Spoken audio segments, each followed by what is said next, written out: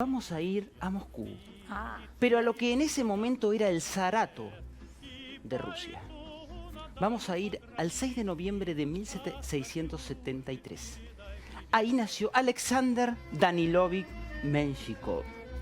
Sus enemigos siempre debatieron si era hijo de un fabricante de barcos, pero lo más probable es que él fuera proveniente de una familia de la pequeña nobleza rusa venida a menos.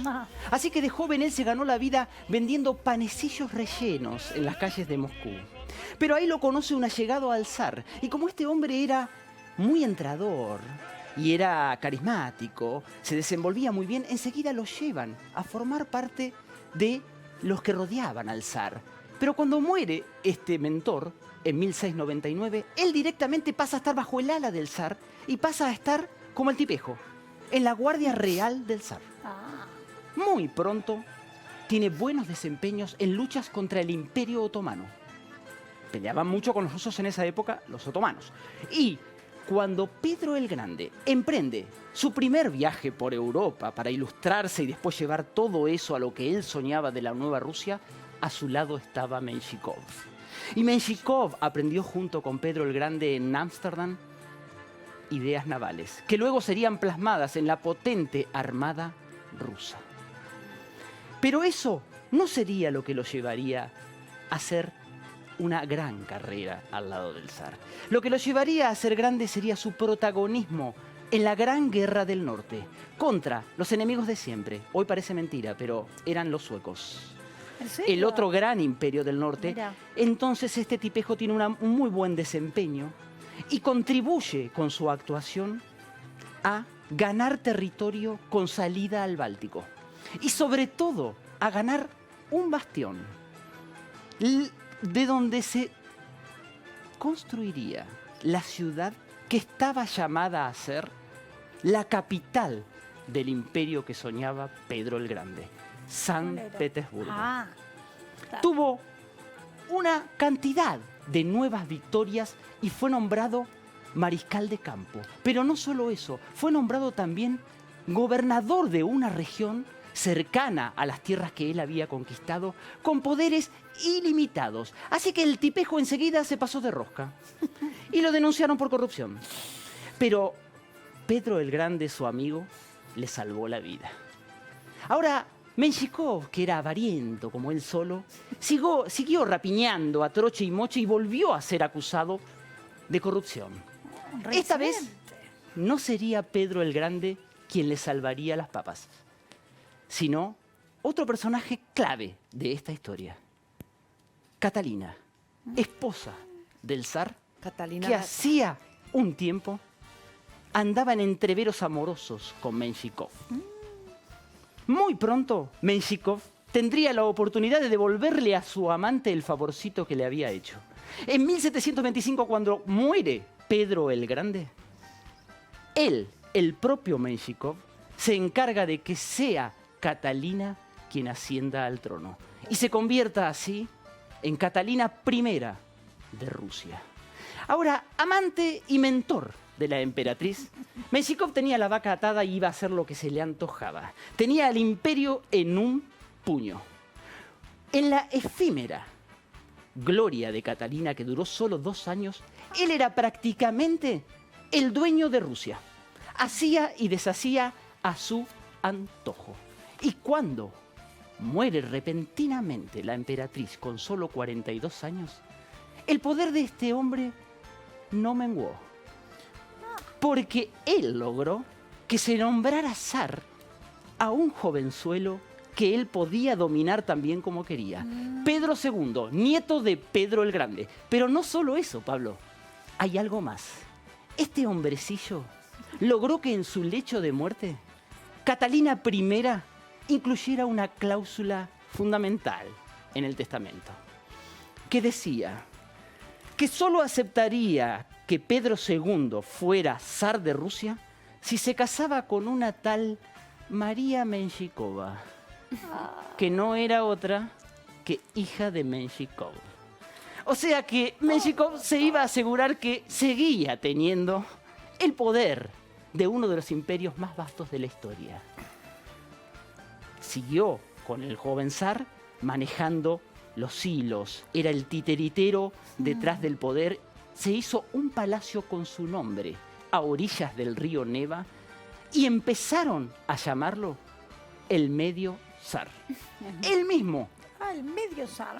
Él mismo se autoproclamó generalísimo, algo que nunca había existido en Rusia y fue el único que tuvo el título de duque en esa Rusia de ese momento.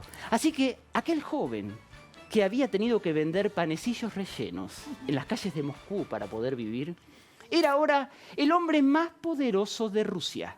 Tenía, como dije, al imperio más vasto prácticamente de la historia en un puño y había amasado una fortuna que nadie podía calcular. Estaba en su mejor momento, tocando el cielo. ¿Con qué? Con el testamento de Catalina. Pero se vino. Siempre hay un pincelazo que te empuja al río Neva en pleno invierno. Como cuando estás en la pileta que no te animás a entrar, ¡tac!, te empuja. ¡Pumba! Sé que viene de atrás. Menshikov se había cebado. Se había cebado con la aristocracia rusa. La tenía muy, muy castigada. E incluso estaba socavando el poder de la dinastía Romanov, manejando todo a su antojo. Es más, tenía encerrado al joven zar hasta que se casara con su hija, porque entonces él lo seguía manejando a su antojo. Pero en el verano de 1727, Menshikov cae gravemente enfermo. Pedro aprovecha y, cansado de la tutela de este señor, se escapa.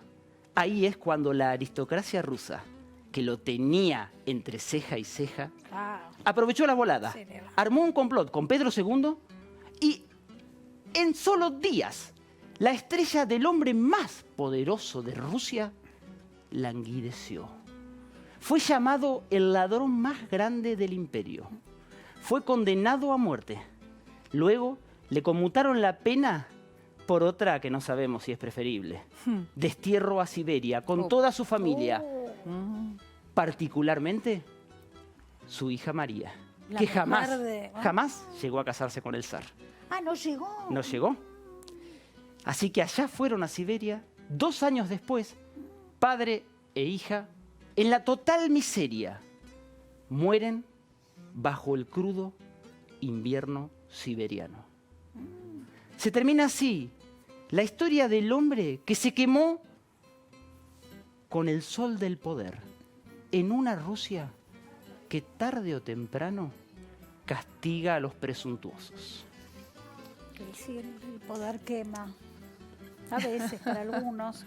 Y contame, Cóndor, ¿en Colonia Seré tuvieron así algún zar? O no sé, alguno que se pasó de rosca, seguro. Muchos se pasaron de rosca, pero hubo uno que fue prácticamente un zar.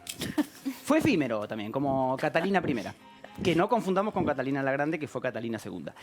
En Seré estaba el vasco Landaburu. Sí. El vasco. Le decían carbón. ¿Por qué? Porque si no te quemaba, te ensuciaba.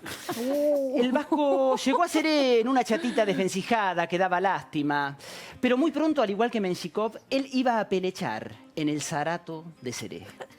Al igual que Menshikov tenía amoríos con la emperatriz, él muy pronto se iba a acollarar con una joven y bella viuda que tenía un imperio de maquinarias agrícolas para hacer trabajos de campo, lo que se conoce como contratistas. Así que él de la nada dejó en un galpón la chatita blanca y agarró una F100 0 kilómetros y se empezó a pasear como si fuera un poderoso empresario por las calles de Seré. Manejaba todo. Él empezó a mandar la peonada. De la noche a la mañana, la peonada de la viuda se vio que era mandada por un tipo que había llegado ayer. Hacía y deshacía. Él arreglaba contratos con las estancias a ver cuántas hectáreas iban a sembrar. Y compraba maquinarias, pero en definitiva, él decidía quién trabajaba y quién no. Era impresionante. Nosotros éramos más chicos, pero nosotros lo veíamos con Chiculita, Pita y Godzilla andar. Andaba en esa chata F100. Era larguirucho, tenía buen porte, fortachón, bigotes, tenía un aire a Ducadam. El arquero atajador de penales, el rumano que yo conté acá, bien vestido, él se paseaba. Ahora, para Seré era lo mismo que si hubiera llegado en un plato volador Bill Gates o Richard Branson. Idéntico. El poder que tenía ya se estaba tornando inconmensurable. Arreglaba con todos. Tenía en la palma de la mano a los comercios de Seré porque él gastaba fortuna. Otro generalísimo. Era un generalísimo porque él gastaba fortuna en esos lugares. Así que era tremendo. Y los contratistas del lugar pronto pasaron a ser pollitos mojados porque este fue un vendaval. Fue un vendaval que en poco tiempo copó. Era entrador como él solo, como Menshikov, así que en muy poco tiempo se ganó a los dueños de estancia y él tenía miles de hectáreas para sembrar, quitándosela a los otros. Imagínense lo que era. Y se paseaba bien vestido, con anteojos de sol. Era tremendo verlo en Seré. Ahora tenía también, como yo les dije, un imperio, pero no un imperio ruso. Él había formado una especie de imperio persa, querido Pablo, porque él tenía sátrapas en cada estancia.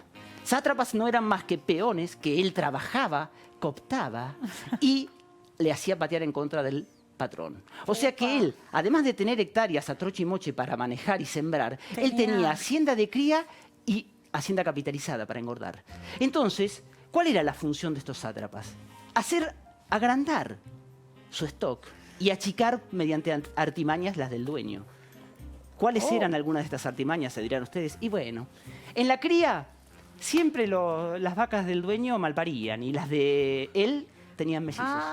Esa era una. En el engorde, cuando moría un novillo gordo, en el acto era marcado otro, decían que se moría, pero no se moría, y era marcado a nombre de nuestro Carbón o Menshikov, como quieran llamarlo. Así que él andaba ahí. Y no solo eso, también estaba comprando muchísima maquinaria y haciéndose también él su propio palacio Menshikov.